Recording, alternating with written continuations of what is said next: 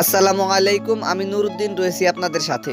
তো বন্ধুরা, আপনারা সকলেই জানেন Oppo Reno সিরিজের স্মার্টফোনগুলো কিন্তু আমাদের মাঝে বেশ ভালো একটি জনপ্রিয়তা অর্জন করে নিয়েছে।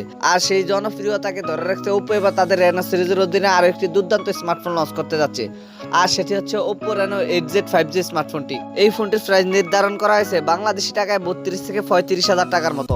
আর এই বাজেটে ফোনটিতে ব্যবহার করেছে কোয়ালকমের সবচেয়ে শক্তিশালী এবং গেমিং একটি চিপসেট, এবং ফোনটির রিয়ার ফাড়ে ব্যবহার করেছে 64 মেগাপিক্সেলের ট্রিপল ক্যামেরা সেটআপ ও 4500 মিলিঅ্যাম্পিয়ার একটি সুবিশাল ব্যাটারি। তো আজকের ভিডিওতে আপনাদেরকে জানাবো Oppo Reno 8Z 5G স্মার্টফোনটির ফুল স্পেসিফিকেশন অ্যান্ড সেই সাথে জানাবো ফোনটির প্রাইস এবং এর লঞ্চিং ডেট নিয়ে।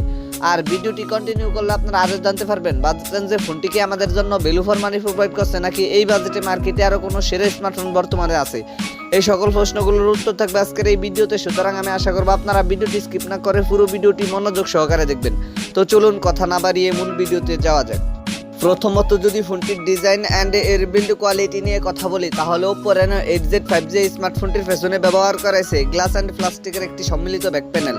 ফোনটির পেছনে গ্লাস অ্যান্ড প্লাস্টিকের সম্মিলিত ব্যাক প্যানেল ব্যবহার করায় ফোনটিকে যখন আপনারা কভার ছাড়া ব্যবহার করবেন তখন ফোনটির পেছনে স্ক্র্যাচ পড়তে পারে। তাই আমি রিকমেন্ডেশন করবো আপনারা যখন ফোনটিকে ব্যবহার করবেন অবশ্যই ফোনটির পেছনে একটি কভার লাগিয়ে নেবেন। আর এই ফোনটির ওয়েট করা হয়েছে 181 গ্রাম, তবে বাজেট অনুযায়ী ফোনটির ওয়েট আরও কিছুটা কম হওয়া দরকার ছিল। এই ফোনটির রিয়ার ফাড়ের একটি ক্যামেরা বাম্পারের মধ্যে আপনারা পেয়ে যাবেন ট্রিপল ক্যামেরা সেটআপ। আর ফোনটির ফ্রন্ট ফাড়ে আসলে ফুল ভিউ ডিসপ্লের বাম পাশে থাকছে পাঞ্চুল ক্যামেরা সেটআপ। ফোনটিকে আপনারা downlight gold and starlight black এই দুইটি কালারেই পেয়ে যাবেন। তো ফোনটির ডিজাইন নিয়ে বলতে গেলে personally Oppo Reno 8Z 5G স্মার্টফোনটির ডিজাইন আমার কাছে অনেক ভালো লেগেছে। আপনাদের কাছে ফোনটির ডিজাইন কেমন লেগেছে কমেন্ট করে অবশ্যই জানাবেন। দেন সেকেন্ডলি যদি ফোনটির ডিসপ্লে নিয়ে কথা বলি, তাহলে এই ফোনটিতে ব্যবহার করেছে 6.43 ইঞ্চির একটি IPS LCD প্যানেলের ডিসপ্লে, যাতে থাকছে ফুল এইচডি প্লাস রেজুলেশন, এবং এই ডিসপ্লেতে ব্যবহার করেছে 400/950 ডেনসিটি, এবং ডিসপ্লেটিতে ব্যবহার করেছে 60 হার্জের রিফ্রেশ রেট। তবে এইরকম বাজার সেগমেন্টে অন্ততপক্ষে ফোনটিতে 90 হার্জের একটি রিফ্রেশ রেট ব্যবহার করা অতীব জরুরি ছিল। ফোনটির ডিসপ্লেতে 60 হার্জের রিফ্রেশ রেট ব্যবহার করার ফলে ফোনটির ডিসপ্লে থেকে আপনারা কোনো ধরনের স্মুথ পারফরমেন্স পাবেন না। তো বাজেট রেঞ্জে ফোনটির ডিসপ্লে সেকশনে অন্ততপক্ষে 120 হার্জ অথবা 90 হার্জের একটি রিফ্রেশ রেট ব্যবহার করা অতীব জরুরি ছিল।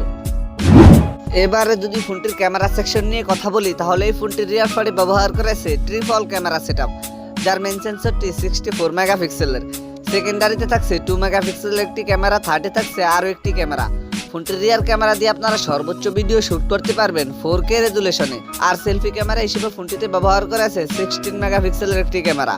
ফোনটির সেলফি ক্যামেরা দিয়ে আপনারা সর্বোচ্চ ভিডিও শুট করতে পারবেন 1080p 30fps রেজুলেশনে। তবে ফোনটির রিয়ার ক্যামেরা সেকশনে 4K রেজুলেশনে ভিডিও শুট করার অপশনটি না দিয়ে 1080p 30fps রেজুলেশনে ভিডিও শুট করার অপশন দিতে পারে। কিন্তু এরকম বাজেট সেগমেন্টে ফোনটির রিয়ার ক্যামেরা সেকশনে যদি 4K রেজুলেশনে ভিডিও শুট করার অপশনটি ব্যবহার করা হয় তাহলে কিন্তু অনেক বেটার হবে।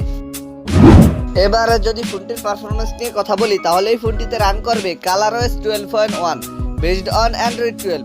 আর চিপসেট হিসেবে ফোনটিতে ব্যবহার করেছে কোয়ালকম স্ন্যাপড্রাগন 695 5G, যেটি 6 ন্যানোমিটার আর্কিটেকচারে বিল্ড করে একটি অক্টা-কোর প্রসেসর। বরাবরের মতো আপনারা সকলেই কিন্তু জানেন এই চিপসেটটি কিন্তু এরকম বাজেট সেগমেন্টের দুর্দান্ত একটি চিপসেট, কারণ আপনি এই চিপসেটটি দিয়ে যে কোনো হাই অ্যান্ড হেভি গেম বেশ স্মুথলি প্লে করতে পারবেন।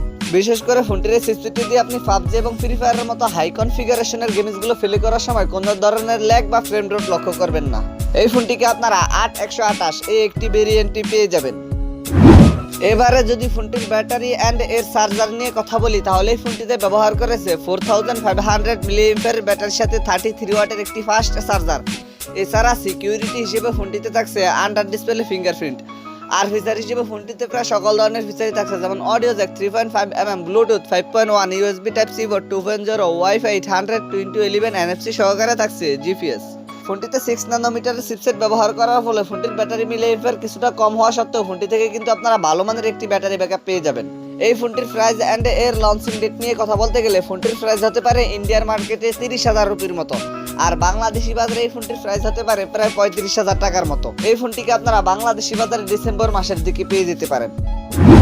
সো এই ছিল আমাদের আজকের ভিডিও। আশা করি আপনাদেরকে Oppo Reno 8Z 5G স্মার্টফোনটি সম্পর্কে মোটামুটি একটি ভালো ধারণা দিতে পেরেছি। এরপরও যদি আপনাদের কোনো সমস্যা থেকে থাকে তাহলে কমেন্ট বক্সে জানাতে পারেন, আমি চেষ্টা করবো আপনাদের কমেন্টে রিপ্লাই দেওয়ার জন্য। আর যদি মনে হয় ভিডিওটি থেকে একটু উপকৃত হয়েছেন তাহলে ভিডিওটিতে একটি লাইক দিয়ে দিবেন, ভিডিওটি বন্ধুদের মাঝে শেয়ার করে দিবেন।